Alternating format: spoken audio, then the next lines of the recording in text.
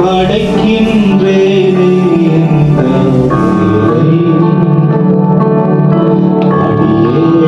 அடியேனை சித்தம் போல ஆண்டு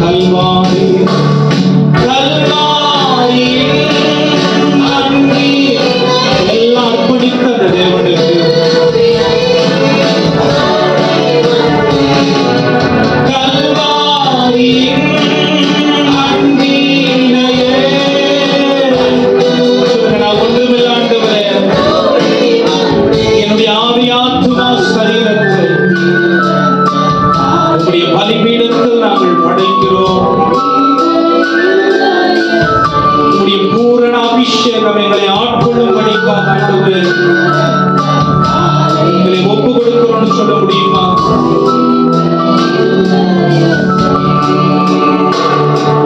நீரன்றி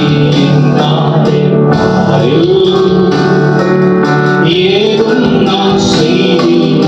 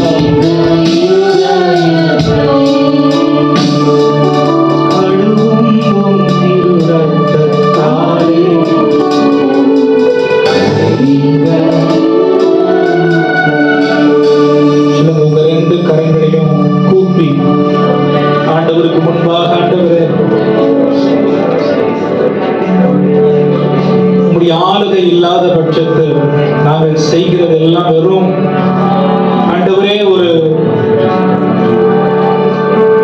பர்ஃபார்மன்ஸா இருக்கும். இன்னைக்கு எங்களுக்கு வேண்டாம் ஆண்டவரே, எங்களுடைய சரீரம் திருப்தி அடைகிறது இல்லை. உண்மையான ஆராதனை எங்களுடைய ஆத்துமா ஆவி உம்மோடு இணைகிறது தான் சுத்தி உள்ள ஆராதனையா இருக்க முடியும். அது அர்ப்பணிப்பில் வருகிற ஒன்றாய் இருக்கிறது. சொல்லுங்க, எங்களை வெறுமையாக்குகிற ஆண்டவரே, எங்களை வெறுமையாக்குகிற ஆண்டவரே சொல்லுங்க. உலகமும் உலகத்தின் காரியங்களும் எங்களிலே ஆண்டவரை வெளிப்படாதபடிக்கு இயேசு எங்களில் ஆண்டவரை வசிக்கிற ஒரு தூய ஸ்தலமாக, ஆலயமாக எங்களுடைய வாழ்க்கைகளை அர்ப்பணிக்கிறோம். சொல்ல முடியுமா ஆண்டவரே?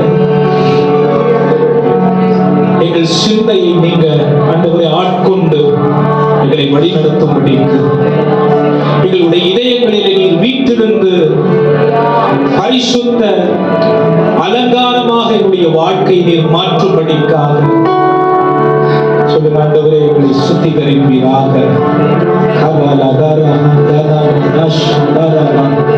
எங்களை சுத்திகரிப்பீராக. உலகத்தின் காரியங்களை எங்களை ஆண்டவரே என்னுடைய கவனத்தை சிதறடிக்காதபடிக்கு நாங்கள் ஆண்டவரே ஒரு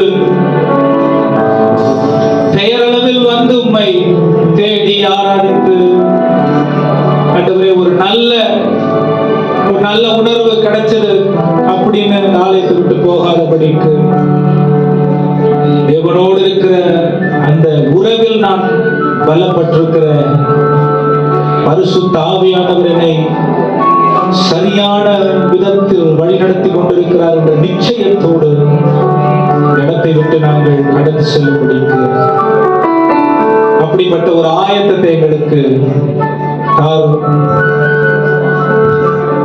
அப்படி ஒரு ஆயத்தத்தை எங்களுக்கு தாரும். சொல்ல முடியுமா? அந்த வார்த்தையை முடிஞ்சா 2 கரங்களையும் வானத்திற்கு நேரம் உயர்த்தி an act of surrender, அர்ப்பணிப்பின் ஒரு அடையாளமாக சுத்த வீரும் சுத்த ஜோதியே வீரும் அசுத்தம் யாவும் நீக்குமே சுத்த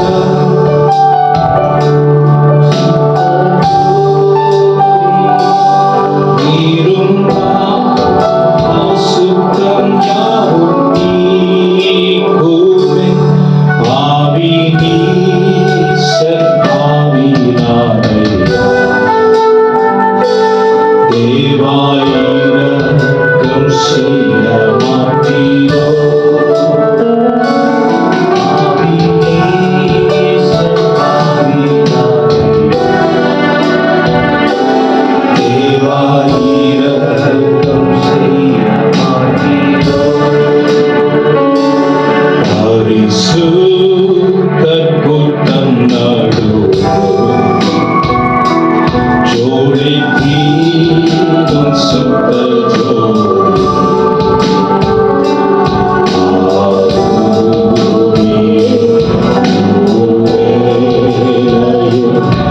ஆடியம் நெஞ்சம் மாறிரோ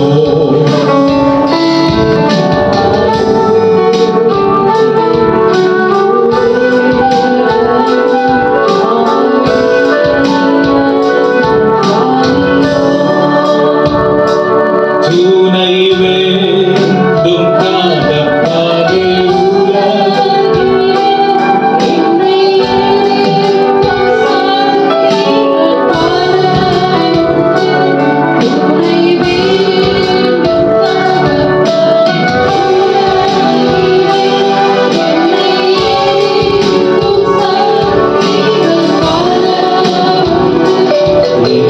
ஜீவன் இல்லை. எத்தனை பேருக்கு இந்த வார்த்தை இருக்கு இந்த காலையில்? ஏன்னா அந்த கூட்டத்தில் தான் அவர் வசிக்கிற தேவனா இருக்கிறார்.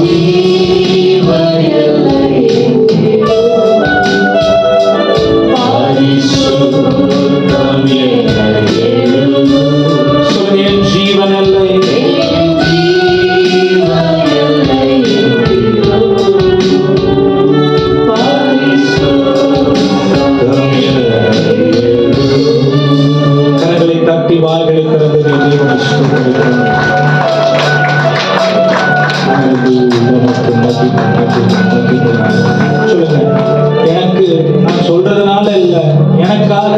வேணாம். உங்க ஆண்டவரோடு நீங்க ஒருபடி இன்னும் நெருங்கி வாழ இந்த துதி தொழுகை உங்களுக்கு உதவி செய்யும்னா மேல முடிஞ்சது. நாம் எதை செய்தாலும் தேவனுடைய நாமம் மகிமைக்காக செய்யணும்னு வேதம் சொல்லிக் கொடுக்கிறது. மனுஷ புகழ்ச்சிக்காக இல்ல, நம்ம திருப்திக்காக இல்ல, தேவ நாமம் மகிமைக்காக செய்யணும்னு வேதம் சொல்லிக் கொடுக்கிறது. ஆண்டவர் உயர்த்தி இந்த காலை வேளையில் சில பாடல்களை பாட போகிறோம். நல்ல விடுதலையாய் கரங்களை தட்டி என்னோடு சேர்ந்து இந்த பாடல்களை பாடும்படிக்கு உங்களை உற்சாகப்படுத்த தெரிந்த பாடல்கள் தான் பாட போகிறோம். நல்ல விடுதலையாய் ஆண்டவர் உயர்த்தி அவருக்கு மகிமை செலுத்தி எல்லா சூழ்நிலையிலும் அவரை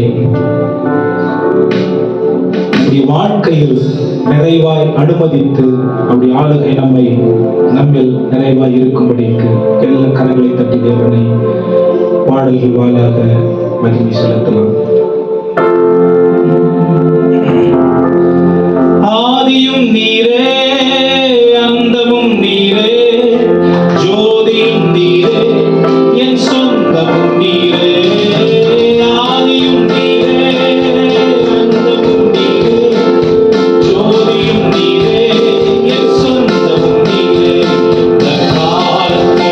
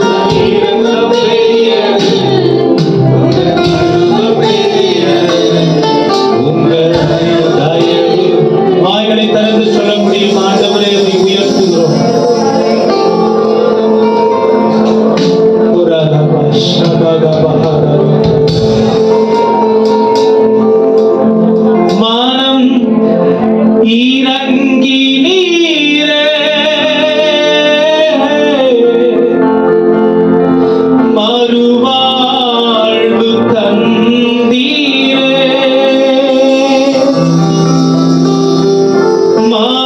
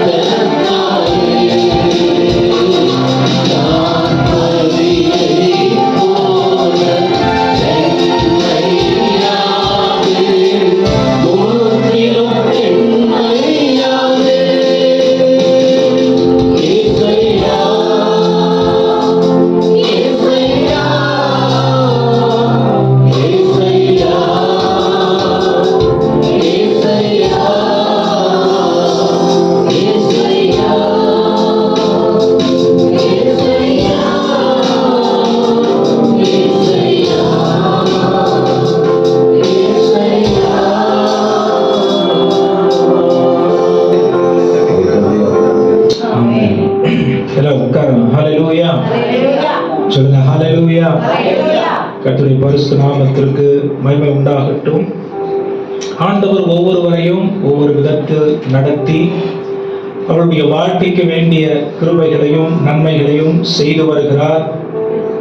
பக்கத்துல பார்த்து சொல்லுங்க, நாம் நீதிமான்களாய் இல்லாதிருக்கும் பட்சத்திலும், நம்ம நல்லவர்களாய் இல்லாதிருக்கும் பட்சத்திலும் நமக்கு உண்ண உணவு, உடுக்க உடை, ஞானம், கிருபை, வேலை செய்யறதுக்கு திறன், எல்லா காரியத்திற்கும் வேண்டிய ஆசீர்வாதங்களை நமக்கு நிறைவாய் கொடுத்து வருகிற தேவனாய் இருக்கிறார். ஆமென். அப்ப நம்ம எப்படி வாழணும் அப்படின்னு தேவன் எதிர்பார்க்கிறார்னா, நன்றி உள்ளவர்களாய் இருந்து அவருடைய சித்தத்தை நம்முடைய வாழ்க்கையிலே நிறைவேற்ற நாம் ஒப்பு கொடுக்க வேண்டிய தேவை இருக்கிறது. ஹல்லேலூயா. சத்தமா சொல்லுங்க, ஹல்லேலூயா. இன்னைக்கு ரொம்ப முக்கியமான ஒரு வேதத்தின் ரொம்ப முக்கியமான ஒரு சத்தியத்தை உங்களுக்கு நான் கற்றுக் கொடுக்க விரும்புகிறேன். இந்த சத்தியத்தை நம்ம பிடிச்சுக்கிட்டா எந்த சூழ்நிலையிலும் நாம் ஆண்டவருக்காக உறுதியாய் வாழ்ந்து விட முடியும். ஆமென். ஹல்லேலூயா. அப்ப கண்களினால் கண்டு நம்முடைய பார்வையினால், அதாவது நம்முடைய பார்வைக்கு எது சரியோ அப்படிங்கிற ஒரு சூழ்நிலையும் அப்படின்ற ஒரு வாழ்க்கையும் வேதத்தோடு ஒத்து போகாது இருக்கும் பொழுது நாம் வஞ்சிக்கப்படுகிறோம். ஆமென். இப்ப நாம் வஞ்சிக்கப்படுகிறோம், நம்ம சரியா இருக்கிறோமா இல்லையாங்கிற சந்தேகம் வந்துடுது. பிசாசுக்கு அதுதான் தேவை. நம்ம வாழ்க்கைக்கு அது ஆசீர்வாதத்திற்கு பதிலாய் குறைபாடை கொண்டு வந்து விடுகிற ஒரு நிலைக்கு இருக்கிறது. நிறைய நேரம் வசனத்தில் உறுதியாய் இல்லாதவர்களும் கர்த்தருடைய வழிநடத்துதலுக்கு சரியாய் தங்களை வேதத்தின்படி ஒப்பு கொடுக்காது இருக்கிறவர்களும் எப்படி வாழ்வாங்கன்னா, குழப்பத்திலேயே வாழ்ந்துகிட்டு இருப்பாங்க. இது சரி அப்படின்னு தோன்றுகிற ஒரு காரியம் 2 வாரத்துக்கு அப்புறம் சரின்னு தோணாது. ஆமென். போன வருஷம் சரியா இருந்தது, இந்த வருஷம் சரியா இருக்காது. இப்ப சரிங்கிறது என்னன்னா, அப்படி வாழ்ந்துட்டோம், இப்படி யோசிச்சுட்டோமே, கடவுளுக்காக தானே செஞ்சோம்னு நினைக்கிறோம், ஆண்டவருடைய காரியத்தில் நாம் ஆண்டவருடைய நடத்துதல்ல தானே வாழ்றோம், கிறிஸ்தவர்களாய் தானே இருக்கிறோம், ஆனா ஏன் இது நமக்கு தெரியாம போச்சு அப்படிங்கிற ஒரு நிலைமைக்கு நாம் வந்துவிட நேரிடுகிறது. நான் 2 வாரம் சிஎம்சி வெள்ளூர்ல ஒரு கோர்ஸுக்காக படிக்க போயிருந்தேன். ஆனா ஆண்டவர் தயவு நம்ம எந்த காரியத்தில் பழக்கப்படுத்தி இருக்கிறாரோ அந்த காரியத்தில் அவர் உபயோகப்படுத்துகிற தேவனா இருக்கும். எந்த விஷயத்துல நம்மள அவர் ஆயத்தப்படுத்தி இருக்கிறாரோ, எந்த விஷயத்தை அவர் நமக்கு கற்றுக் கொடுத்திருக்கிறாரோ அந்த விஷயத்துலதான் அவர் நம்மள என்ன பண்ணுவாரு, பயன்படுத்துவாரு. அப்ப நாம் எதை கற்றுக்கொள்ள முற்பட வேண்டும் என்று சொன்னால், ஆண்டவருடைய நடத்துதலுக்கு, அவருடைய என்ன சொல்றதுங்க, வார்த்தையின்படி வாழ்வதற்கு நம்மை நாம் ஒப்பு கொடுக்க கற்றுக்கொள்ள பழக வேண்டும். ஆமென். அப்ப இந்த உலகம் நமக்கு நிறைய காரியங்கள் கற்றுக் கொடுக்கிறது. அது நிறைய நல்ல காரியங்களாகவும் இருக்கிறது. நல்ல காரியங்கள் தேவனுக்கு உகந்த காரியங்களா இருக்குதா அப்படின்னு பார்த்தா கிடையாது. ஆமென். நிறைய நல்லவர்கள் அவங்க தான் நிறைய தவறான காரியங்களை செய்யறதுக்கு தவறான காரியங்களை செய்யறதுக்கு முற்படுறாங்க. ஏன் அப்படின்னா, நம்முடைய உணர்வுகள் ஒரே மாதிரி இருக்கிறது இல்லை. ஆமென். நம்முடைய ஃபீலிங் ஒரே மாதிரி இருக்கிறது இல்ல, நம்முடைய சிச்சுவேஷன் ஒரே மாதிரி இருக்கிறது இல்ல, நம்முடைய திங்கிங் ஒரே மாதிரி இருக்கிறது இல்ல, நம்முடைய ஆக்ஷன் ஒரே மாதிரி இருக்கிறது இல்ல. அப்ப எல்லாமே எதை சார்ந்து இருக்கிறதுனா, எதை நம்ம நம்புறோமோ அதை சார்ந்துதான் இருக்கு. ஆமென். அப்ப நல்ல காரியங்கள் நம்மிலிருந்து புறப்படுகிறது, வெளியே வருது அப்படின்னு சொன்னா அது குறைவுள்ளதா தான் இருக்கும். ஏன்னா பைபிள்ல பார்க்கிறோம், யாரும் நல்லவங்க. அப்ப நல்ல தேவனுடைய நடத்துதல் எப்படி ஆனதா இருக்கும் அப்படின்னா, பக்கத்துல பார்த்து சொல்லுங்க, நீதியானதா இருக்கும். ஆமென். நோவாவை ஆண்டவர் கண்டார். நோவாவினுடைய வார்த்தை, நோவாவினுடைய வாழ்க்கை ஆண்டவருடைய பார்வைக்கு நீதியா எண்ணப்பட்டது. அவன் பரிசுத்தமா எண்ணப்பட்டது பைபிள் சொல்லல. நோவாவினுடைய வாழ்க்கை ஆண்டவருடைய பார்வைக்கு நீதியா எண்ணப்பட்டது. ஏன்? தேவனுடைய ஆலோசனையின்படியே அவன் நடந்தான். ஆமென். அப்ப இந்த உலகத்துல நம்ம கிறிஸ்தவர்களா இருந்துட்டா மட்டும் ஆண்டவர் விருப்பத்திற்கு வாழுகிறோம்னு அர்த்தம் கிடையாது. நாம் தேவனுடைய ஆலோசனையின்படி நடந்தால் மட்டுமே, தேவனுடைய ஆலோசனை நமக்கு எப்படி வரும்? வேத வசனத்தின் மூலமா தான். ஆமென். பரிசுத்த ஆவியானவரால நமக்கு அந்த உந்துதல் கிடைக்கும். அந்த பரிசுத்த ஆவியானுடைய உந்துதலை புரிந்து கொள்ள நமக்கு வசனம் தெரியும். ஆமென். அப்ப நீதி உள்ள வாழ்க்கையை அதற்கு நேராய் அவர் நம்மள நடத்துவார். ஆபிரகாம் ஆண்டவரை விசுவாசித்தான், அது தேவனுடைய பார்வைக்கு நீதியாய் எண்ணப்பட்டது. ஹல்லேலூயா. பைபிள் என்ன தெரியுமா சொல்லுது? ஆபிரகாம் கிட்ட கேட்கிறாரு, ஒரு ஊர்ல 10 நீதிமான் இருந்தா, 10 பரிசுத்தவான் இருந்தான் பைபிள் சொல்லல. ஆமென். 10 தாளந்துள்ளவர்களாய் பாடகர்கள் இருந்தால் அப்படின்னு சொல்லல. 10 பிரசங்கிமார்கள் இருந்தால் அப்படின்னு சொல்லல. ஆமென். இந்த ஊர்ல 10 நீதிமான் இருந்தா இந்த ஊரை நான் அழிக்காம விட்டுறேன். ஆமென். சோதோம் கோமோராவை குறித்து இந்த ஜெபத்தை மன்றாடி ஆபிரகாம் ஜெபிக்கும் பொழுது ஆண்டவர் கேட்கிறார், 10 நீதிமான காட்டு. அப்ப நீதியாய் இருப்பது கிறிஸ்தவர்களுக்கு எவ்வளவு தேவை அப்படிங்கிறத இன்னைக்கு நாம் கற்றுக்கொள்ள போகிறோம். ஹல்லேலூயா. சொல்லுங்க ஹல்லேலூயா. நீதி அர்ப்பணிப்பில் வருகிற ஒரு காரியமாய் இருக்கு. நான் நீதியா இருக்கணும் அப்படின்னு சொன்னா என்ன அர்ப்பணிக்காம நீதி என்று விளங்காது. ஆமென். சுயநீதி இருக்கு. இன்னைக்கு அதை குறித்து நான் பேச போறது இல்லை, அது எல்லாருக்கும் தெரியும். ஆமென். ஜெபத்துல கூட பாஸ்டர் சொன்னாங்க, தங்களுடைய பார்வைக்கு சரியானது எது என்று அவர்கள் செய்தார்கள். 7 நீதிபதிகள் பைபிள்ல இருந்தாங்க. 7 நியாயாதிபதிகள், நீதிபதிகள் கிடையாது அவங்க. 7 நியாயாதிபதிகள் இருந்தாங்க. ஆனா அந்த காலகட்டத்துல ஜனங்களுடைய வாழ்க்கை எப்படி இருந்ததுன்னா, அவர்களுடைய பார்வைக்கு எது சரியா இருந்ததோ அதன்படி அவர்கள் வாழ்ந்தார்கள். வேதனை தெரியுமா சொல்லுது? அவர்கள் காலகட்டத்தில் வாழ்ந்த யாரும் தேவனுக்கு பிரியமா வாழலன்னு பைபிள் சொல்லுது. ஆமென். அவங்க பார்வைக்கு அவர்கள் நல்லவர்களாக தான் இருந்தார்கள்.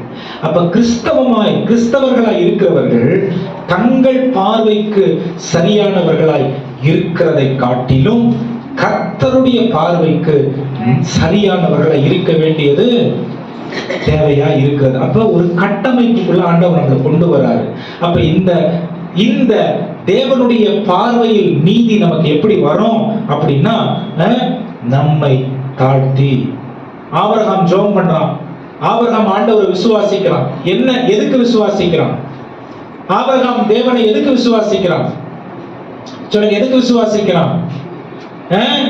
ஏதாவது ஆண்டவர் மேஜிக் பண்ணுவார்னு இல்ல, அவர் என்ன எப்படி நடத்தினாலும் அது சரியானதா இருக்கும் அப்படிங்கிற ஒரு விசுவாசம். எதையும் காணாமல் இருந்த சூழ்நிலையில் ஆண்டவருடைய வார்த்தையின் மேல் அவன் வைத்த விசுவாசம் தேவனுடைய பார்வைக்கு அது நீதியாய் எண்ணப்பட்டது. ஆமென்.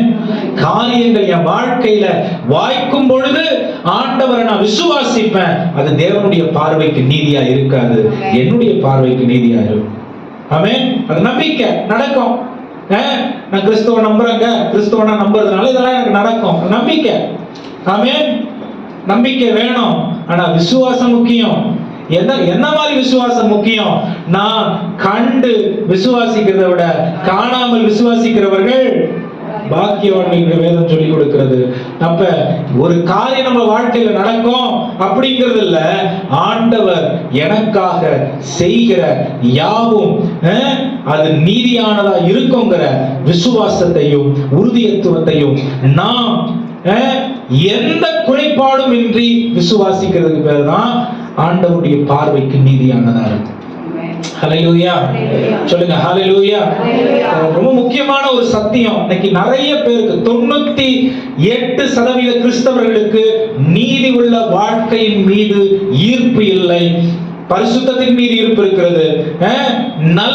என்ன சொல்றதுங்க, தான தர்மங்கள் மீது ஈர்ப்பு இருக்கிறது, நல்ல வாழ்க்கையை வாழணுங்கிறதுல ஈர்ப்பு இருக்கு. ஆனா தேவன் எதிர்பார்க்கிற வாழ்க்கையில் பூமியில வாழணுங்கிற புரிதல் இல்லாத, அதாவது வாழணும் ஆண்டவர் எதிர்பார்க்கிற வாழ்க்கையை வாழக்கூடாதுன்னு இல்ல, தெரியல. ஆமென். தெரியலங்கிறத விட தெரிஞ்சுக்க ஆர்வம் இல்லை, தெரிஞ்சுக்க ஆர்வம் இல்லைங்கிறத விட தெரிஞ்சுக்க விருப்பம் இல்லை. ஆமென். ஏன்? உலகம் அவ்வளவு கவர்ந்து ஈர்க்கிற ஒரு காரியமா இருக்கு. உலகம் நம்மள எப்படி பார்க்குதுன்னா, நான் 4 பேருக்கு முன்பாக எப்படி வாழணும்? கௌரவமா வாழணும். 4 பேருக்கு முன்னாடி தலை குனியாத வாழணும்.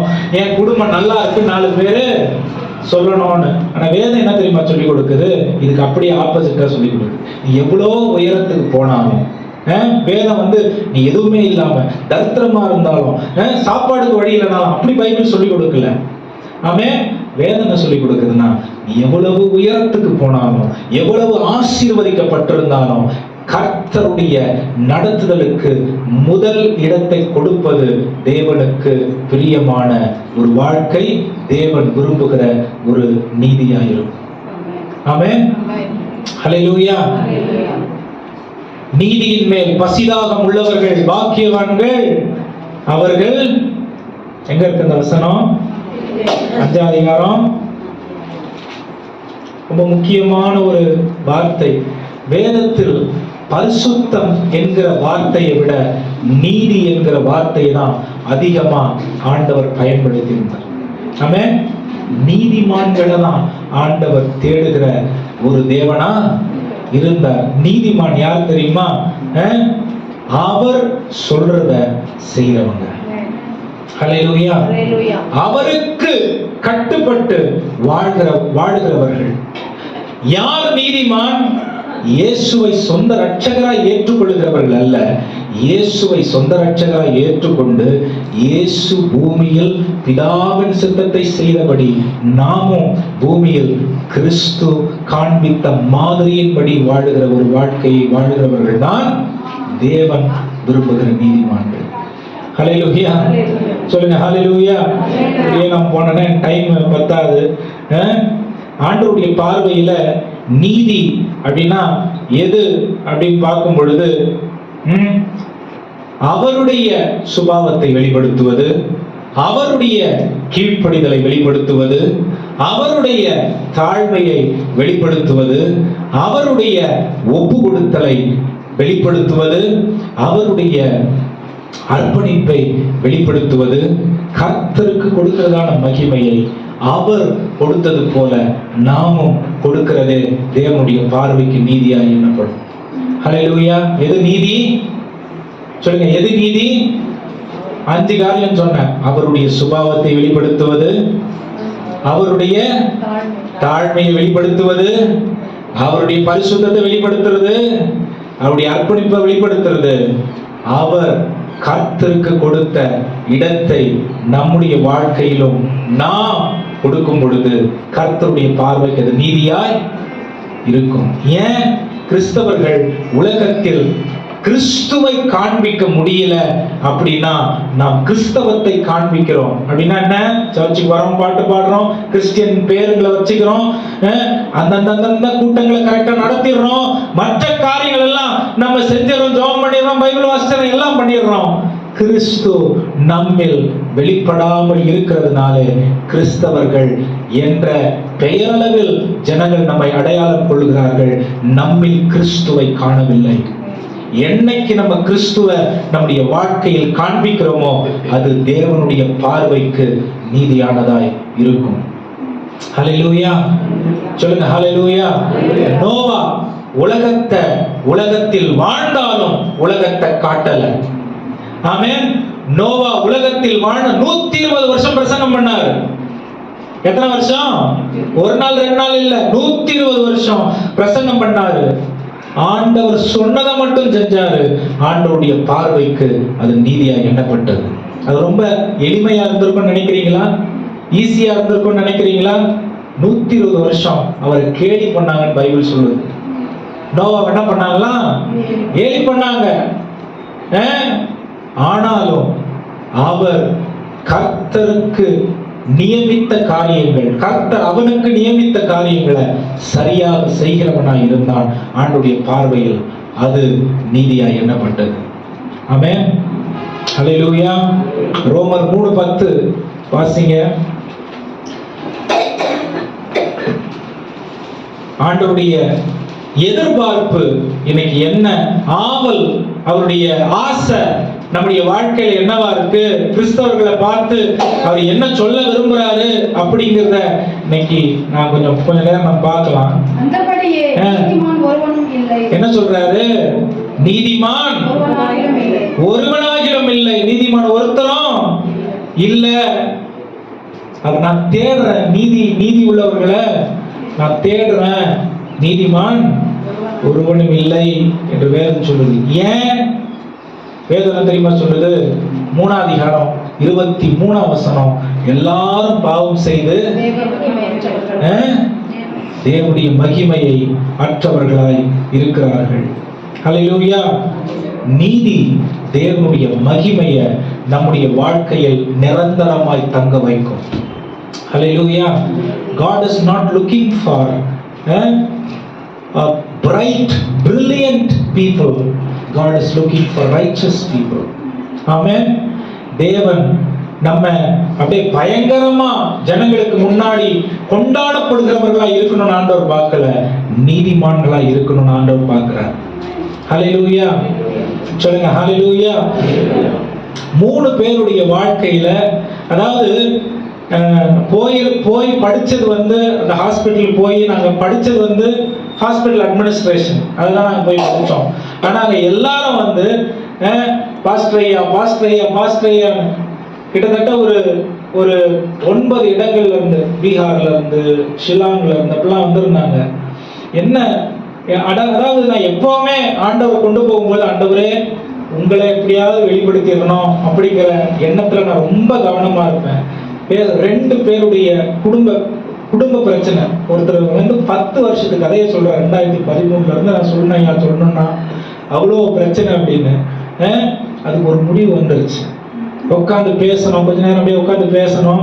இன்னொரு சகோதரர் இருந்தாரு, இவர் சொல்றதை பார்த்து அவருடைய குடும்ப பிரச்சனையை சொல்லி, அவரும் ஜெம்ஸ்ல பீகார்ல அவரு ஊழியம் செஞ்சுட்டு இருக்காரு. ஒரு பெரிய 150 பெட் ஹாஸ்பிட்டல்ல அவர் எல்லாவற்றையும் மேல் பார்வையாளரா இருந்து பார்த்துக்கிற ஒரு மனுஷன். அவ்வளவு குடும்பத்துல கஷ்டம்.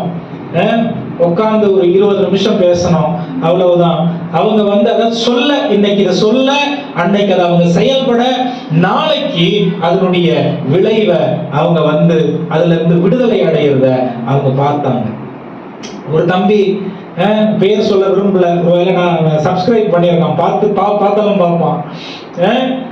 எல்லாரும் அவனை வந்து கிண்டல் பண்றதுக்கு, கேலி பண்றதுக்கு அவனை வந்து யூஸ் பண்ணிக்கிட்டே இருந்தாங்க. எல்லாம் உட்காந்து சிரிச்சுக்கிட்டாங்க, அப்படி பண்ணாதீங்கன்னா அப்படிலாம் வந்து பேசிக்கிட்டு இருந்த ஆளு.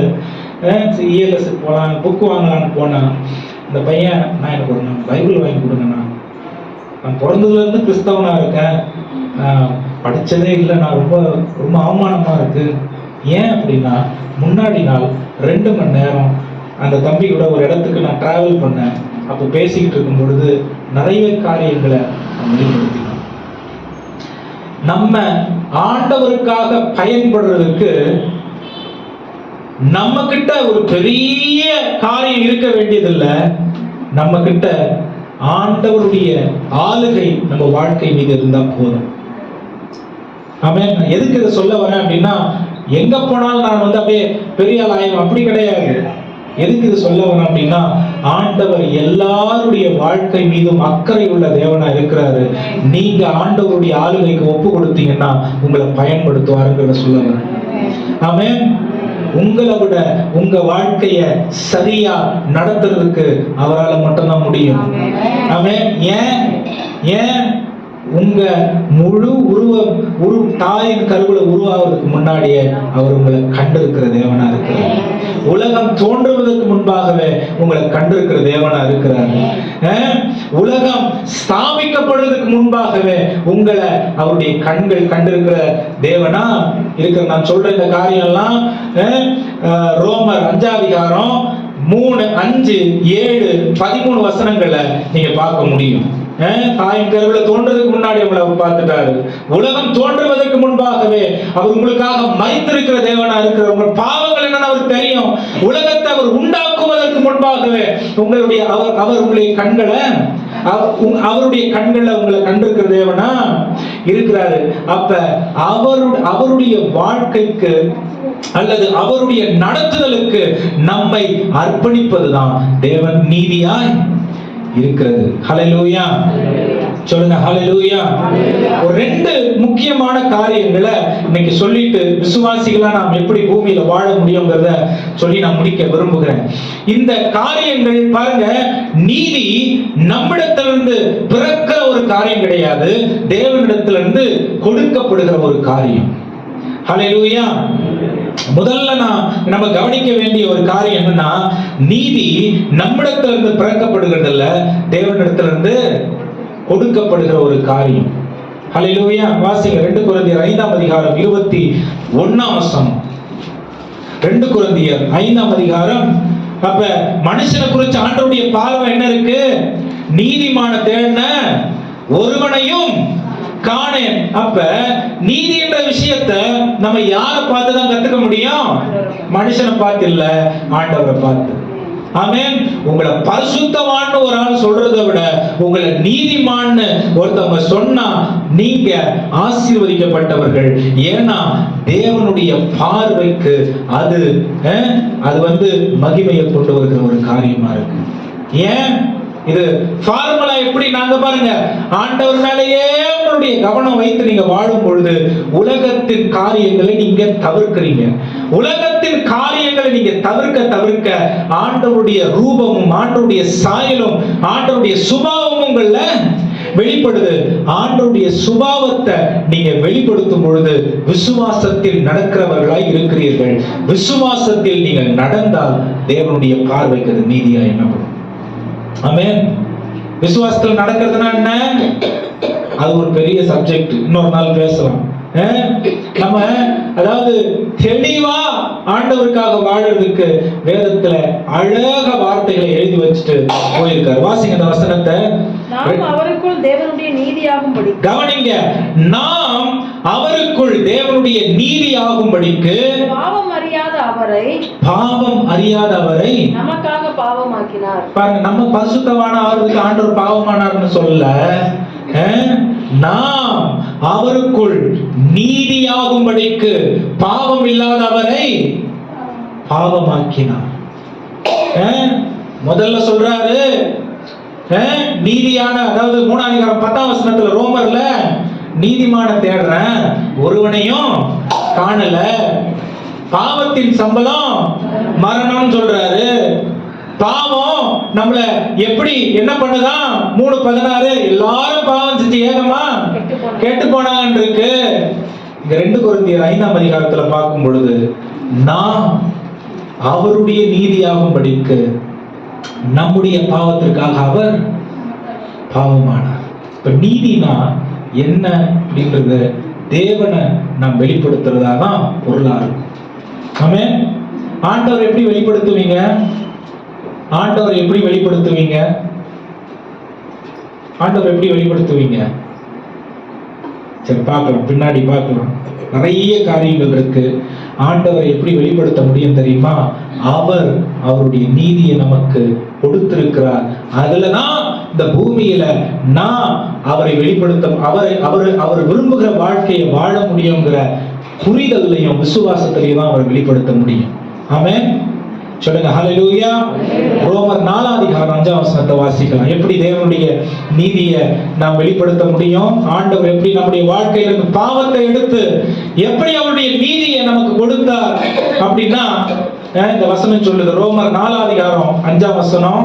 ஒருவன் கிரியை செய்யாமல் பாவியை நீதிமானாக்குகிறவனிடத்தில் விசுவாசம் வைக்கிறவனாய் இருந்தால் அவனுடைய விசுவாசமே அவனுக்கு நீதியாக எண்ணப்படும். இப்ப என் பொண்ணு இருக்குன்னு வைங்களேன், என் பொண்ணு இருக்கு, கவனிங்க, என் பொண்ணுக்கு நான் போஸ்ட் ஆபீஸ்ல ஒரு 1000 ரூபாய் போடுறேன். அது என் பொண்ணு சம்பாதிச்சதா இல்ல நான் போட்டு வைக்கிறதா? சொல்லுங்க. நான் போட்டு வைக்கிறதா என் பொண்ணு சம்பாதிக்கிறதா? ஆனா என் பொண்ணு சொல்லலாம், என் பேர்ல இருக்கு, என்னோட காசு சொல்லிக்கலாம். ஆமென். ஆனா என் பொண்ணு அத சம்பாதிக்கல. ஆமென். நீதிய, பரிசுத்தத்தை, பாவ மன்னிப்ப, உலகத்திலிருந்து நம்மள விடுவிக்கப்பட்டிருக்கிற காரியத்தை நாம் சம்பாதிக்கல. நிறைய பேர் இந்த காரியத்தை சரியா புரிஞ்சுக்காததுனாலதான் ஆண்டவருடைய இடத்தை அவங்களுடைய வாழ்க்கையில் எடுத்துக்கொள்றாங்க. அவங்களுடைய முடிவு ஆபத்தானதா இருக்கும். ஆமென். நான் ஆண்டவருக்கு உதவி செய்யற மாதிரி ஊழியங்களை நான் ஆண்டவருக்கு என்ன சொல்றதுங்க பெரிதாக்கி கொடுக்கிற மாதிரி ஆண்டவருடைய இடத்தை அவர்கள் எடுத்துக்கொள்றதுனால தாழ்மை என்ற வார்த்தைக்கு அர்த்தம் புரிய மாட்டேங்குது. ஆமென். தாழ்மை என்ற வார்த்தைக்கு அர்த்தம் புரியாததுனால சுய நீதி அங்க வந்துருது. சுய நீதி அங்க வந்துடுறதுனால தேவ நீதி அந்த இடத்துல விளங்குறது இல்ல. தேவ நீதி விளங்காததுனால பாவத்தின் பிடி அல்லது பாவத்தின் பிணைப்பு அவர்களுக்குள்ளே ஆழமாய் வேரூன்றி இருக்கிறது. ஆமென். அப்ப விசுவாசம் கூட எதை ஒட்டி இருக்கும் அப்படின்னா, இயேசுவுக்காக நான் செய்கிறேன், ஆனால் என்னுடைய பலத்தினால் இயேசுவுக்கு நான் இதை செய்கிறதுனாலே இயேசு என்னை ஆசீர்வதித்தேன் ஆக வேண்டும் என்கிற நிலைக்கு வந்து விடுகிறார்கள். பரிசேயரும் சதுசேயரும் இதெல்லாம் செஞ்சாங்க. ஆண்டவர் அவர்களுடைய நீதியை அருவருத்தார். ஆமென். அப்ப பாருங்க, ஆண்டவர் இலவசமா பாவ மன்னிப்பு அவங்களுக்கு கொடுக்கிறாரு. வேணாம், நான் கொத்தமல்லியில கூட வந்து கரெக்டா கொடுத்துறேன். என்னுடைய உடையில கூட ஆடையில கூட நான் பரிசுத்தத்தை வெளிப்படுத்திடுறேன். என்னுடைய ஜெபத்துல கூட நான் வந்து எந்த குறையும் வைக்கல. நான் செய்கிற கிரியையில கூட நான் எந்த குறையும் வைக்கலன்னு சொல்றாரு. ஆண்டவர் சொல்றாரு, நீ என்னை விட்டு தூரமா இருக்கிறீங்க. ஆமென். அப்ப நம்முடைய வாழ்க்கைக்கு எது தேவை? தாழ்மை உள்ளவர்களுக்கு தேவன் கிருபை அளிக்கிறார். தாழ்மை யார்கிட்ட வரும் தெரியுங்களா? எனக்கு பிடிக்கல, எனக்கு தெரியல, என்னுடைய கணக்கு ஒரு மாதிரி இருக்கு. ஆனா வேதத்தை படித்து வேதத்தின்படி வாழுகிற ஊழியர்கள் ஒரு காரியத்தை கற்றுக் கொடுக்கிறாங்க. அத எனக்கு கேட்க மனதில்லைன்னா நான் தாழ்மையில் இல்லைன்னு அர்த்தம். ஆமென். தேவனுடைய வார்த்தை என்னுடைய வாழ்க்கையில் கிரியை செய்யாமல் என்னுடைய வாழ்க்கை என்னுடைய எண்ணம் போல போய்கிட்டு இருக்குன்னா அது தேவ நீதிக்கும் எனக்கும் தொடர்பில்லாத ஒரு வாழ்க்கையாய் இருக்கிறது. இது ஆபத்தான நிலைமை. ஹல்லேலூயா. இதுக்குதான் ஆண்டவர் சொல்றார் பாருங்க. அன்னைக்கு ஆபிரகாம்கிட்ட சொல்றார், நீதிமான தேடுறன ஒருவனையும் காணல. ஆண்டவராகிய அதாவது புதிய பாட்டிலையும் ஆண்டவர் நீதியின் மேல் பசிதாகம் உள்ளவர்கள் பாக்கியவான்கள், அவர்கள் திருப்தி அடைவார்கள். அப்ப சொந்தமா அவங்க செய்யறதுல அவங்களுக்கு திருப்தி இருக்கு. ஆனா ஆண்டவர் கொடுக்கிறதான திருப்தியில புரிதல் இல்ல. அப்ப வாழ்க்கை தாறுமாறா இருக்கிறதுனால ஆண்டவர் மறுபடியும் பரலோக ராஜ்யத்தை குறித்து அவர் மனுஷ கோலம் எடுத்து பூமிக்கு வந்து கற்றுக் கொடுக்க வேண்டிய தேவை வந்துருச்சு பாருங்க. ஆமென். அப்ப ரொம்ப முக்கியமான ஒரு சத்தியம். ஹல்லேலூயா சொல்லுங்க. ஹல்லேலூயா. அப்ப இது ஏன் முக்கியம் அப்படின்னா, நம்ம புரிதல்ல நாம் பூமியில வாழ்கிறது நம்முடைய பரிசுத்தத்தையோ நம்முடைய நீதியையோ அது என்ன சொல்றதுங்க அங்கீகரிக்கப்படுகிற ஒரு காரியமா இருக்காது. தேவன் அதை அங்கீகரிக்கணும்னா எதுல அங்கீகரிக்கப்பட முடியும்னா அவர் கிரெடிட் பண்ணியிருக்காருங்கிறத நான் அக்செப்ட் பண்ணிக்கணும். ஆமென். சிலுவையில அவர் தம்முடைய ஜீவனை கொடுத்து நான் என்னுடைய பாவத்திற்கு விடிவு காலத்தை கொண்டு வர முடியாமல் இருக்கிற அவல நிலைமையை அவர் மாற்றி அவருடைய நீதியின் நிமித்தம் அவருடைய தியாகத்தின் நிமித்தம் அந்த ஒரு நீதிய எனக்கு கொடுத்திருக்கிறாருங்கிற அந்த தாழ்மையில் நான் வாழ்ந்து நான் என்ன தெரியுமா பண்ணுவேன்? இன்னைக்கு ரட்சிப்பு ஏன் மனுஷனுக்கு ரொம்ப முக்கியம் தெரியுமா? அவர் செய்ததை நான் தினந்தோறும் எண்ணி வாழுகிற நன்றி உள்ள விசுவாசியா இருக்கிறதுக்கு பேரு என்னது சொல்லுங்க? ரட்சிப்பு. ஆமென். நானே ரட்சிக்கப்பட்டேன் யாருன்னா சொல்ல முடியுமா? நான் தான் இவங்களை கூட்டணும் யாருன்னா சொல்ல முடியுமா? ஆமென். நான் இவங்களுக்காக எவ்வளோ நாள் ஜெபம் பண்ண, அதனாலதான் நிறைய பேர் இந்த கிரெடிட் எடுத்துப்பாங்க. எத்தனை மணி நேரம் நான் இவங்களுக்காக ஜெபம் பண்ணியிருப்பேன், இன்னைக்கு இவங்க சர்ச்சில் இருக்கிறாங்க. ஆமென். ஹalleluya. இயேசுவின் தியாகத்தினால ஆமென் என்னையும் அவர் பயன்படுத்தினார். இவ்வளவுதான். இயேசு கிறிஸ்துவின் தியாகம், காருண்யம், விலையேற பெற்ற அன்பு என்னையும் பயன்படுத்தினார். அப்ப எதுலையும் என்ன நாம் முன்னிறுத்தாதபடிக்கு இயேசுவை நாம் முன்னிறுத்துகிறதுனால அது தேவனுடைய பார்வைக்கு நீதியாக இருக்கிறது. ஆமென். தேவனுடைய பார்வைக்கு அப்ப கொடுக்கப்பட்டிருக்கிற இந்த நீதிய நாம் மறக்க கூடாது. இது இலவசமா எனக்கு கிடைச்ச ஒரு காரியம். ஆமென்.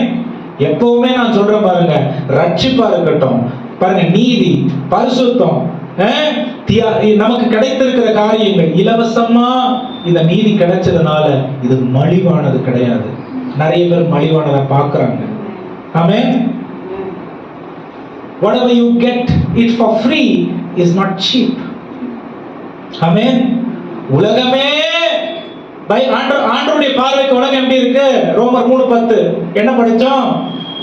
நீதிமான தேடின, அதனால நானே கொடுக்கிறேன். ஆமென். நானே, அப்ப அவரே வந்து கொடுக்கிறதுனால, நம்ம கேட்காமலே அவர் கொடுக்கிறதுனால இது கேவலமானது கிடையாது. ஏன்? நான் 1000 பிறவி எடுத்தாலும் இந்த நீதிக்கு கிட்ட கூட வர முடியாது. ஏன் வர முடியாது? அவரால் கிடைக்கிற ஒன்றுதான் நேர்த்தியானதா, செவ்வையானதா இருக்கும். ஆமென். ரொம்ப முக்கியமான ஒரு சத்தியம். நிறைய பேருக்கு இது புரியுறது இல்ல. அதனாலதான் சொந்த இஷ்டத்தின்படி வாழறாங்க, சொந்த பிளான்ஸ் பண்றாங்க, சொந்த புரிதல்ல இருக்காங்க. இன்னைக்கு பண்றது நாளைக்கு சரியில்லைன்னு தோணுது. நாளைக்கு சரியா இருக்குது, நாளானைக்கு குழப்பமா இருக்கு. ஏன்? இது தேவனால துவக்கப்பட்ட ஒரு காரியம் கிடையாது. ஹalleluya. சொல்லுங்க ஹalleluya. இந்த 4 வசனங்களை நம்ம வாசிச்சோம். எப்படி கோர்வையா இருக்கு பாருங்க. ஒருவனும் நீதிமான் இல்ல, எல்லாரும் பாவம் செஞ்சு ஏகமா கெட்டு போயிட்டாங்க. ஆண்டவராகிய இயேசு கிறிஸ்து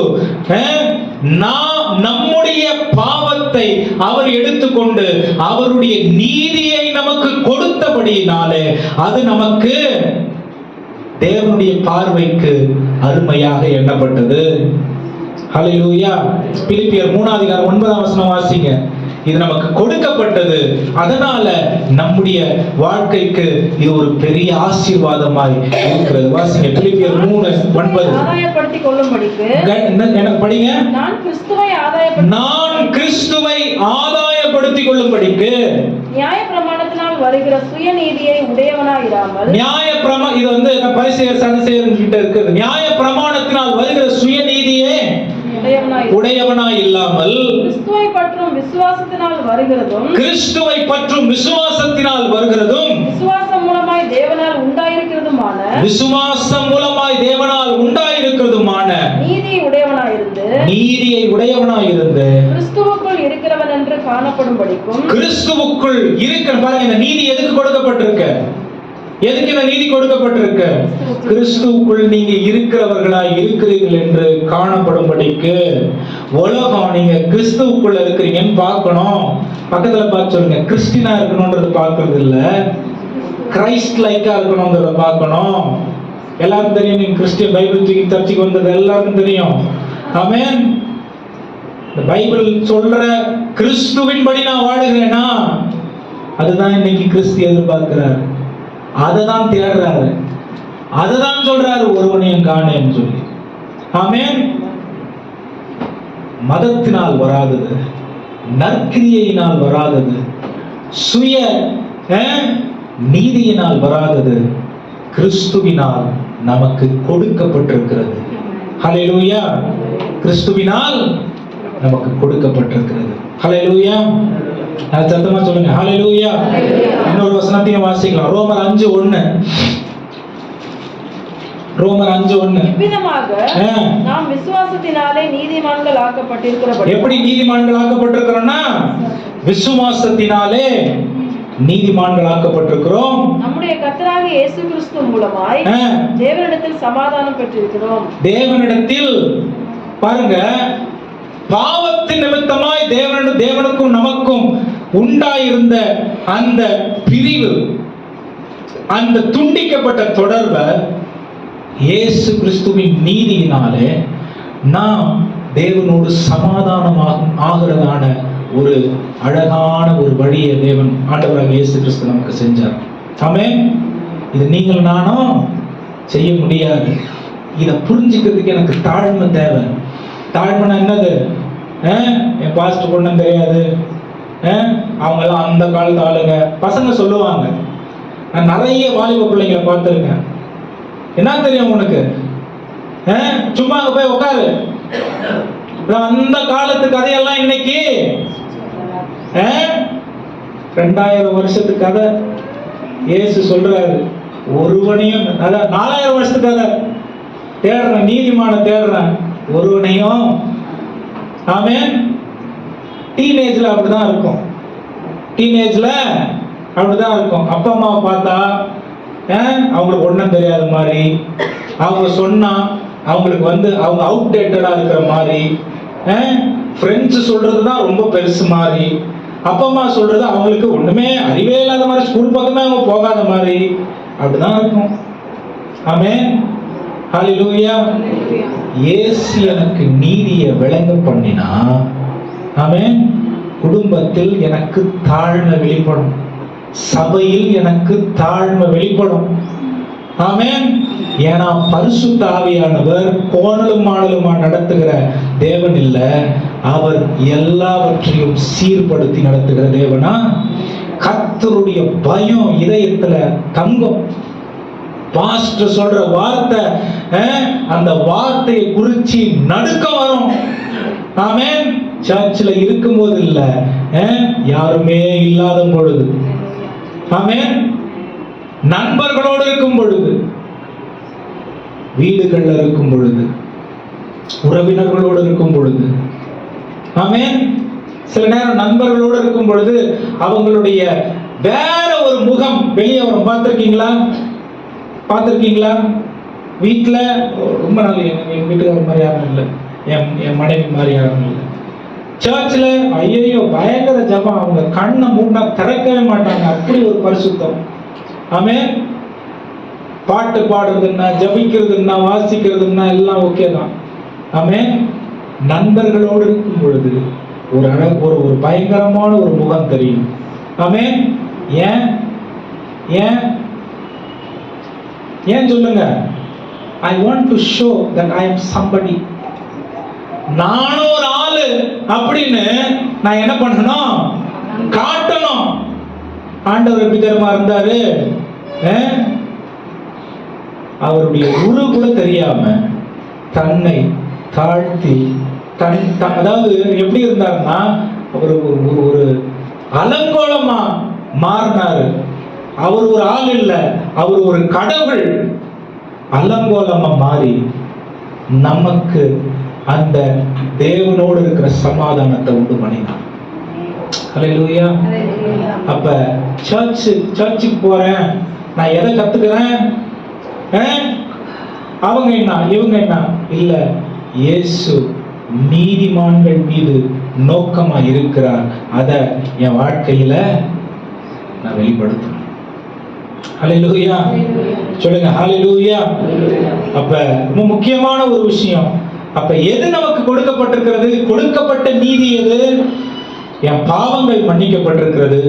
ஆண்டவர் என்ன நீதிமான் சொல்றார், அந்த விசுவாசம்.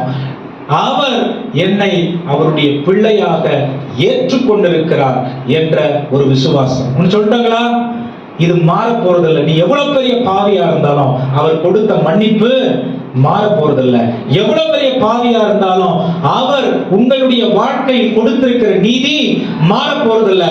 அவர் அவருடைய பிள்ளையாய் நீங்கள் இருக்கிறீங்கிறது மாற போறதில்ல. பக்கத்துல பார்த்து சொல்லுங்க, இது பாதி கதை தான். நிறைய பேர் அப்பாடா நான் எப்படி இருந்தாலும் அவர் என்னை ஏற்றுக்கிட்டாரு, என்னை மன்னிச்சுட்டாரு, என்னை விடுவிச்சுட்டாரு, நான் நீதிமான். பாதி கதை தான் இது. ஆமென். நான் சொன்ன பாத்தீங்களா, என் பொண்ணு சம்பாதிக்கல, நான் போட்டு வச்சிருக்கேன். அந்த மாதிரி நான் எந்த பிரயாசமும் படல, அவர் எனக்குள்ள போட்டு வச்சிருக்காரு. இதுல நான் செய்ய வேண்டியது ஒண்ணு இருக்கு. ஆமென். அவர் கொடுத்தது ஒண்ணு, நான் செய்ய வேண்டியது ஒண்ணு இருக்கு. நான் என்ன செய்யணும் தெரியுமா? வாசிங்க எசேக்கியேல் 36:26-27 வசனங்கள். எசேக்கியேல் 36:26-27 வசனங்கள். உங்களுக்கு நவமான இதயத்தை கொடுத்து, கவனிங்க, உங்களுக்கு நவமான இதயத்தை, நவமான இதயம்னா புது இதயத்தை கொடுத்து, உங்கள் உள்ளத்திலே புதிதான ஆவியை கட்டளையிட்டு, உங்கள் உள்ளத்தில் புதிதான ஆவியை கட்டளையிட்டு, கல்லான இருதயத்தை மாம்சத்திலிருந்து எடுத்து போட்டு சதையான இதயத்தை உங்களுக்கு கொடுப்பேன். சதையான இதயத்தை அண்ணா என்ன அர்த்தம்?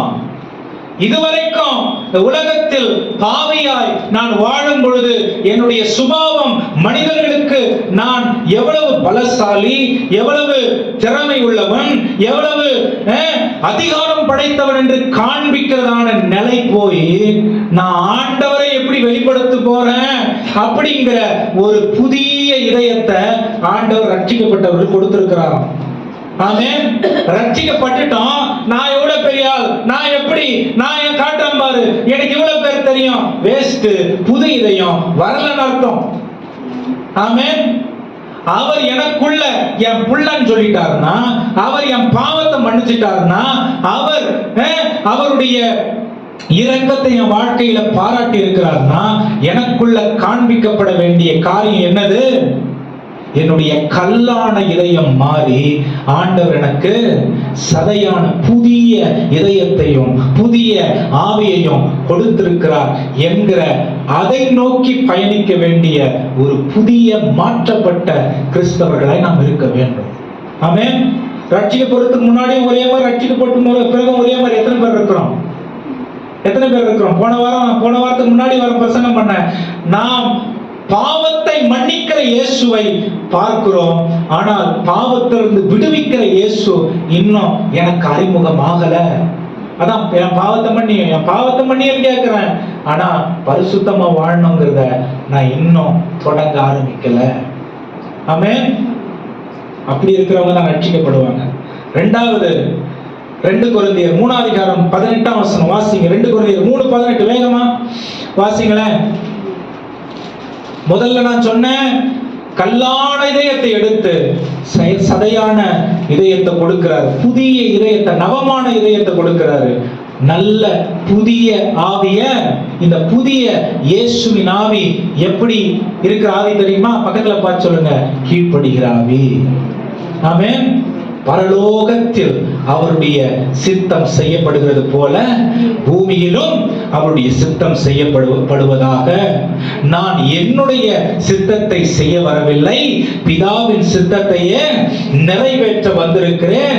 நான் அல்ல, என்னுடைய தகப்பன் அவருடைய விருப்பம் என்னவோ அது நிறைவேறட்டும். பிறக்கும் பொழுதும், ஞான ஸ்நானம் எடுக்கும் பொழுதும், கெத்செமனேயில் இருக்கும் பொழுதும், சிலுவையில் தொங்கும் பொழுதும் அவர் கீழ்ப்படிதல் உள்ள ஆவி உடையவராய் இருந்தார். இது மாற்றப்பட்டவருடைய வாழ்க்கையின் முதல் படி. ஹல்லேலூயா. கீழ்ப்படியலாம், கீழ்ப்படிய கூடாதுங்கிற ஆப்ஷன் ஆண்டவர் எனக்கு கொடுக்கல. கீழ்ப்படிஞ்சே ஆக வேண்டும், ஏன்னா அவர் கீழ்ப்படுகிற தேவனாய் இருக்கிறார். கீழ்ப்படிதலை அவர் கற்றுக் கொடுத்தார். சொல்லுங்க ஹல்லேலூயா. எனக்கு சாதகமா இருந்தா நான் கீழ்ப்படிவேன், இல்லனா அதெல்லாம் நான் கேட்க மாட்டேன். ஆமென். உங்களுக்கும் இயேசுவுக்கும் தொடர்பில்லை. ஆமென். இன்னொன்னு சொல்லட்டுமா? இயேசு கொடுத்தத நமக்குள்ள நிறைவாக்குறது யாரு அப்படின்னா, உங்களுக்குள் இருக்கிற பரிசுத்த ஆவியானவர். கல்லான இதயத்தை உடைக்கிறது யாரு? உங்களுக்குள்ள இருக்கிற பரிசுத்த ஆவியானவர். புதிய இதயத்தை கொடுக்கிறது யாரு? உங்களுக்குள்ள இருக்கிற பரிசுத்த ஆவியானவர். அவர் இலவசமா எனக்கு கொடுத்துட்டாரு. ஆமென். அதை செயல்பட வைக்கிறது உள்ள இருந்து நம்மள அவர் கொடுத்தத இத கொடுத்துட்டார் பாருங்க. இத ஜீவன் பெற்று அவர் விரும்பத்தக்க ஒரு மனுஷனா மாத்துறதுக்கு பரிசுத்த ஆவியானவர் கிரியை செய்கிற தேவனா இருக்கிறார். ஹல்லேலூயா. சொல்லுங்க ஹல்லேலூயா. வாசிங்க 2 கொரிந்தியர் 3:18. நாம் எல்லாரும் திறந்த முகமாய் திறந்த முகமாய் கர்த்தருடைய மகிமையை கண்ணாடியிலே காண்கிறது போல கண்டு ஆவியாய் இருக்கிற கர்த்தரால் அந்த சாயலாக தானே மகிமையின் மேல் மகிமை அடைந்து மறுரூபமாக்கப்படுகிறோம். என்னவாக போகிறது? கொடுக்கப்பட்டிருக்கிற, அதாவது பெற்றிருக்கிற நீதிய நம்முடைய வாழ்க்கையில் எப்படி செயல்படுத்த முடியும் அப்படின்னா, திறந்த முகமாய் என்ன இருக்கு? கொடுக்கப்பட்டிருக்கிற ஆவியினாலே கண்ணாடியில பார்க்கிற மாதிரி மகிமையின் மேல மகிமைய. இது யாரால நமக்கு கிடைக்கிறது? நமக்குள்ள இருக்கிற பரிசுத்த ஆவியானவரால கிடைக்கிறது. பக்கத்துல பார்த்து கேட்காதீங்க, உங்களுக்குள்ள பார்த்து கேளுங்க. ஒரு தப்பு பண்ணா எனக்குள்ள இருக்கிற பரிசுத்த ஆவியானவர் என்ன மன்னிப்பு கேட்டு அதை நான் விட்டு விடுற வரைக்கும் என்ன நிம்மதியா விடாம இருக்கிறாரா? சொல்லட்டுமா? நீங்க இடம் கொடுக்காத வரைக்கும் அவர் உங்களில் கிரியை செய்ய மாட்டார். அவர் உங்களில் கிரியை செய்யாத வரைக்கும் தேவனுடைய சமாதானம் உங்களில் தங்காது. தேவனுடைய சமாதானம் உங்களுக்குள்ள தங்கலன்னா தேவனுடைய நீதி உங்களில் இல்லைன்னு அர்த்தம். தேவ நீதி உங்களுக்கு இல்லைன்னா இயேசு கிறிஸ்து செய்த தியாகத்தில் குறைவில்லை. இயேசு கிறிஸ்துவுக்கு நான் அர்ப்பணித்த அர்ப்பணிப்பில் குறைவு இருக்கிறது. ஹல்லேலூயா. இதை விட தெளிவா எப்ப சொன்னேன்னு எனக்கு தெரியல. அவர் கொடுத்துட்டாரு, ஆனா அவர் நமக்குள்ள இருந்து அந்த கொடுத்த காரியத்தை உண்மையா மாத்துறதுக்கு, ஆமென், உண்மையா மாத்துறதுக்கு நமக்குள்ள இருந்து செயல்படுற பரிசுத்த ஆவியானவருக்கு நம்ம இடம் கொடுக்காம இந்த புதிய மாற்றங்கள் வாழ்க்கையில் நடக்காது. ஹல்லேலூயா. சொல்லுங்க ஹல்லேலூயா. இயேசு கிறிஸ்துவானவரை முகமுகமாய் பார்க்கிற அளவிற்கு நமக்குள்ள இருந்து கிரியை செய்கிற பரிசுத்த ஆவியானவருக்கு இடம் கொடுக்காம நாம் அவர் நீதியை நம்முடைய வாழ்க்கையிலிருந்து காண்பிக்க முடியாது. சரி, அவருடைய நீதி எப்படி நம்முடைய வாழ்க்கையில விளங்கும்? எப்படி உலகம் கண்டுகொள்ளும்? ஆவியின் கனியோ அன்பு, சமாதானம், சந்தோஷம், அப்படி 9 காரியம் இருக்கு. ஹல்லேலூயா. சொல்லுங்க ஹல்லேலூயா. இது எதுக்கு நமக்கு நடக்குது அப்படின்னா பாருங்க, justification by faith is already done by Jesus, but sanctification through the Holy Spirit is the process that I have to go through. விசுவாசத்தினால் ரட்சிக்கப்படுகிறோம், என் நீதிமானாக்கப்பட்டிருக்கிறோம் என்கிறதை கிறிஸ்து நமக்கு செய்திருக்கிறார். ஆமென். ஆனால் பரிசுத்த ஆவியானவரால் தூய்மைப்படுத்தப்படுகிறோம் என்கிறதை நாம் விட்டு கொடுக்காமல் நடக்காது. ஆமென். சொல்லுங்க ஹல்லேலூயா. சரி, முடிச்சிடலாம்னு நினைக்கிறேன் ஒரு வசனத்தோட. இந்த 2 வசனத்தோட இந்த காரியம், இந்த வார்த்தையை முடிக்கலாம். 1 தெசலோனிக்கேயர் 4ஆம் அதிகாரம் 3ஆம் வசனம். 1 தெசலோனிக்கேயர் 4ஆம் அதிகாரம் 3ஆம் வசனம். நீங்கள் பரிசுத்தமுள்ளவர்களாக வேண்டும் என்பதை கவனிங்க. ஆண்டவர் எதுக்காக உங்களை என்னையும் நீதிமானாக்குறாரு? நீங்கள் பரிசுத்தமுள்ளவர்களாய் ஆக வேண்டும்படியாகவே தேவனுடைய சித்தமா இருக்கிறது. நீங்கள் பரிசுத்தமாக தேவனுடைய சித்தம். எது தேவனுடைய சித்தம்? ஐயா, என் வாழ்க்கையில் ஆண்டவர் சித்தம் என்னன்னு தெரியல. ஆண்டவர் சித்தத்துக்காக ஜெபம் பண்ணிக்கங்க. எல்லா வாலிபர்களுக்கும் வர ஒரே கேள்வி இதுதான். ஏன் நம்ம எல்லாம் அவ்வளவு ஒன்றும் புரியாதவர்கள் கிடையாது. அவன் சித்தத்துக்காக ஜெபம் பண்ணும் போதே அவன் மைண்ட்ல என்ன வச்சிருக்கிறான்னு எல்லாருக்கும் பெரிய சித்தம் அவர் பண்ணிட்டுக்கிறார். ஏற்கனவே அவருக்கு வந்துட்டு இருக்குது, அந்த அம்மாவுக்கு வந்துட்டு இருக்குது. அதுதான் அந்த சித்தத்துக்கு தான். அந்த சித்தத்துக்கு ஆண்டவர் கிரீன் சிக்னல் கொடுக்கணும். அதுக்கு பாஸ்டர் வேணும் உனக்கு. இது மைண்ட்ல ஒண்ணுக்குது, அத ஆண்டவர் சித்தமா அதுவே நினைச்சுக்குது. இதுக்கு பாஸ்டர் கன்ஃபார்ம் பண்ணணும். இதுக்கு ஆண்டவர் துணைக்கு போகணும். பக்கத்துல பார்த்து சொல்லுங்க, இதுக்கு உல்டா தான் ஆண்டவருடைய சித்தம். பாஸ்டர் வேற யாரும் ஊர்ல ரோட்ல போறோம்னா கத்துக் கொடுக்க முடியாது. நான் இன்னும் ஓப்பனா பேசுவேன். சரி, வயசானவங்க எல்லாம் இருக்கிறதுனால நான் கொஞ்சம் கட்டுப்படுத்திக்கிறேன். ஆமென். இதுக்கு ஆப்போசிட் தான் தேவ சித்தம். என்ன சொல்றது ஆண்டவருடைய வார்த்தை? வாசிங்க இந்த வசனத்தை. எது தேவனுடைய சித்தம்? நீங்கள் பரிசுத்தம் உள்ளவர்களாய் நீங்கள் பரிசுத்தம் உள்ளவர்களாய் ஆக விரும்புகிறதே தேவ சித்தம். ஆண்டவருடைய சித்தம் உங்க வாழ்க்கைக்கு என்ன தெரியுமா? உன் எதிர்காலம் எப்படி இருக்கும்னு நீ பிளான் பண்றது இல்ல. ஏன்னா அது ஏற்கனவே பிளான் பண்ணி வச்சிட்டு இருக்கிறாரு. ஆமென். இத பரிசுத்தத்தின் மூலமா தான் அவர் நிறைவேற்றுவார். ஆமென். அது கீழ்ப்படிதல் மூலமாகவும் ஒப்பு கொடுத்தல் மூலமாகவும் தான் நடக்கும். ஆமென். இது இல்லாம பரிசுத்தம் இல்லாம ஆண்டவர் தரிசிக்க முடியாது. ஆண்டவர் தரிசிக்க முடியாம அவர் மனசுல என்ன வச்சிருக்கிறாரு உங்களுக்கு எப்படி தெரியும்? ஆமென். அப்ப எத்தனை பேருடைய வாழ்க்கை இன்னைக்கு சீரழிஞ்சு போய் கிடக்கு தெரியுமா? காரணம் என்ன? ஆண்டவர் சித்தம் நான் ஜெபம் பண்ணி சொல்லுங்க பாஸ்டர். ஆமென். ஆண்டவர் சித்தம் அவரே சொல்லிட்டார். என்னது? நீங்க பரிசுத்தமா இருக்கிறது தான் அவர் சித்தம். ஹல்லேலூயா. நீங்க பரிசுத்தமா வாழ்றதுதான் அவங்க சித்தம், அவருடைய சித்தம். அதுக்காக தான் நம்மள அவர் தெரிந்தெடுத்தார். ஏன்? அவர் பரிசுத்தரா இருக்கிறார். ஹல்லேலூயா. சொல்லுங்க ஹல்லேலூயா. அப்ப அடுத்து வாசிங்க 1 பேதுரு 1 15-16 இதோட முடிக்கலாம்.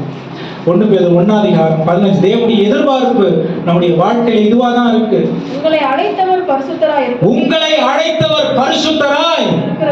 இருக்கிறது போல நீங்களும் உங்கள் நடக்கைகள் எல்லாவற்றிலேயும் பரிசுத்தமாய். நம்ம எப்படி இருக்க? தேவ சித்தம் எது?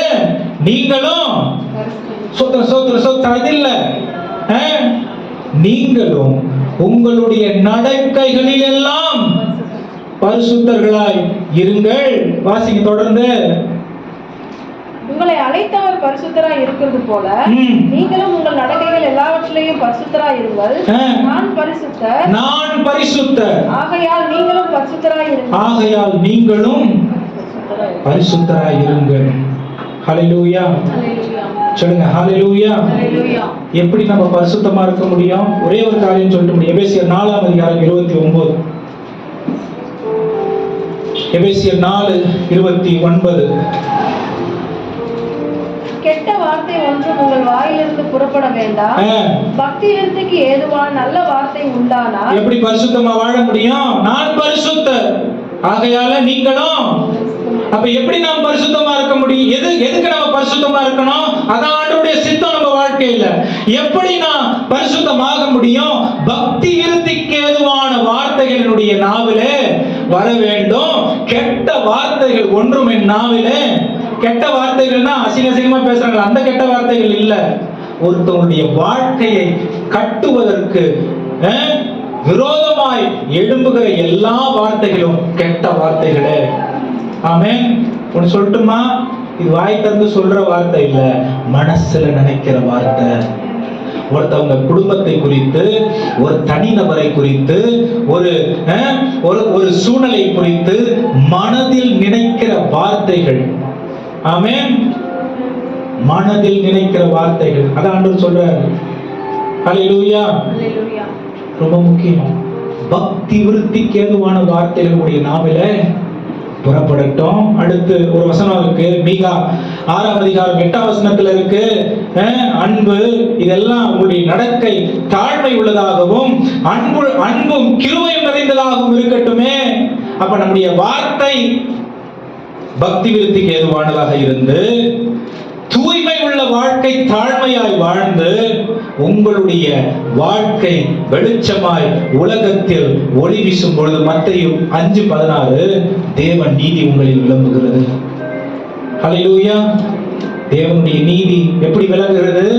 இந்த வார்த்தை மற்றவர்களுடைய பக்தி விருத்திக்கு ஏதுவானதாக இருந்து, உங்களுடைய நடக்கை அன்பும் தாழ்மையும் சமாதானமுடையதாக இருந்து, உங்களுடைய வாழ்க்கை உலகத்தில் வெளிச்சமாய் வரும் பொழுது உங்களை கண்டு பரலோகத்தில் இருக்கிற பிதாவை மற்றவர்கள் மகிமைப்படுத்தினால் அது உங்களுடைய வாழ்க்கைக்கு நீதியாய் எண்ணப்படும். ஆமென். கிறிஸ்தவர்கள் எப்படி வேணா வாழலாமா? நீதி ரொம்ப ரொம்ப முக்கியமானதா இருக்கிறது. கண்களை மூடி கர்த்தரை நோக்கி பார்க்கலாம். ஆண்டவருடைய கரத்தில் ஒப்பு கொடுத்து ஹல்லேலூயா. எல்லாம் எழுந்து நிற்கலாமா? ஒரு வார்த்தை, ஒரு நிமிஷம். என் நீதி எல்லாம் அழுக்கான கந்தை, என்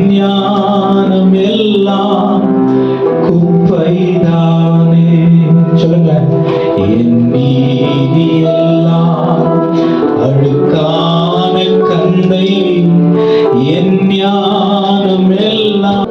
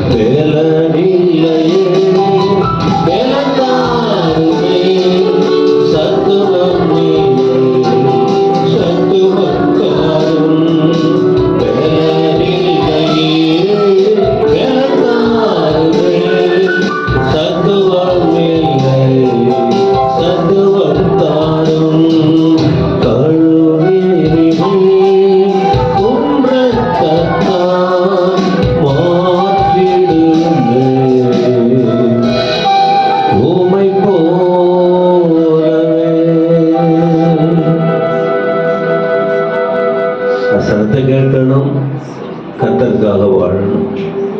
தேவன் கொடுத்த ஆராதனைக்காக கர்த்தருடைய நாமத்துக்கு ஸ்தோத்திரம். ஒருவரும் கெட்டு போயிடக்கூடாது. கெடுக்கிற பிசாசு நம்மளை அழிக்கணும்னு அவன் நினைச்சுக்கிட்டு இருக்கிறான். இடம் கொடுத்தால் அழிஞ்சு போயிடுவோம், எதிர்த்து நின்றால் காக்கப்படுவோம், பரலோக திட்டத்தை நிறைவேற்றுவோம். பரமதேவன் என்றைக்கு கூட இருப்பார். வார்த்தைகளுக்காக ஸ்தோத்திரம், சாட்சிகளுக்காக ஸ்தோத்திரம்.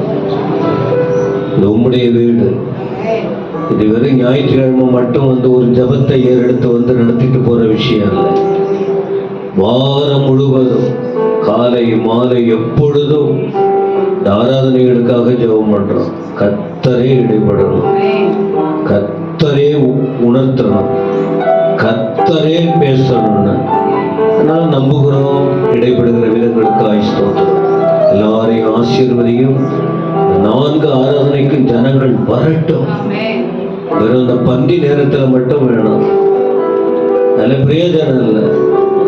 கர்த்தருடைய ஓய்வு நாளை மீறக்கூடாது. எல்லாரும் குடும்பமா வந்து கர்த்தருடைய ஆசீர்வாதங்களை பெற்றுக்கொள்ள உதவி செய்யும். இந்த நாளில் விசுவாச பெருமக்கள் உமக்குரியதை மட்டும்தான் பேசணும், உங்க பாடலை மட்டும்தான் பாடணும், உங்க ஊழியத்தை மட்டும்தான் நிறைவேற்றணும். சொந்த காரியத்துல ஈடுபடக்கூடாது. இத பழைய ஏற்பாட்டின் உபதேசம். புதிய ஏற்பாட்டிலும் உங்க நாமத்துக்கு மகிமையாக மட்டும்தான் ஈடுபடணும். அதற்கேற்றபடி எல்லாரையும் ஆயத்தப்படுத்தும். உமக்கே மகிமை. இயேசுவின் நாமத்தில் பிதாவே. கர்த்தராக இருக்கிற இயேசு கிறிஸ்துவின் கிருபை, பிதாவாகிய தேவனுடைய அன்பு, தூய ஆவியானுடைய ஆசீர்வாதம் ஆண்டவர் வருகிற வரைக்கும் நிலைத்திருப்பதாக. நாத்துமாவே கர்த்தரை உணவுடமே பரிசுத்த நாமத்தை நாத்துமாவே கர்த்தரை ஸ்தோத்திரி. அவர் செய்த சகல பாரங்களை மறவாதே. ஆமென். சகோதரர் கர்த்தர் ஆசீர்வதிப்பாராக.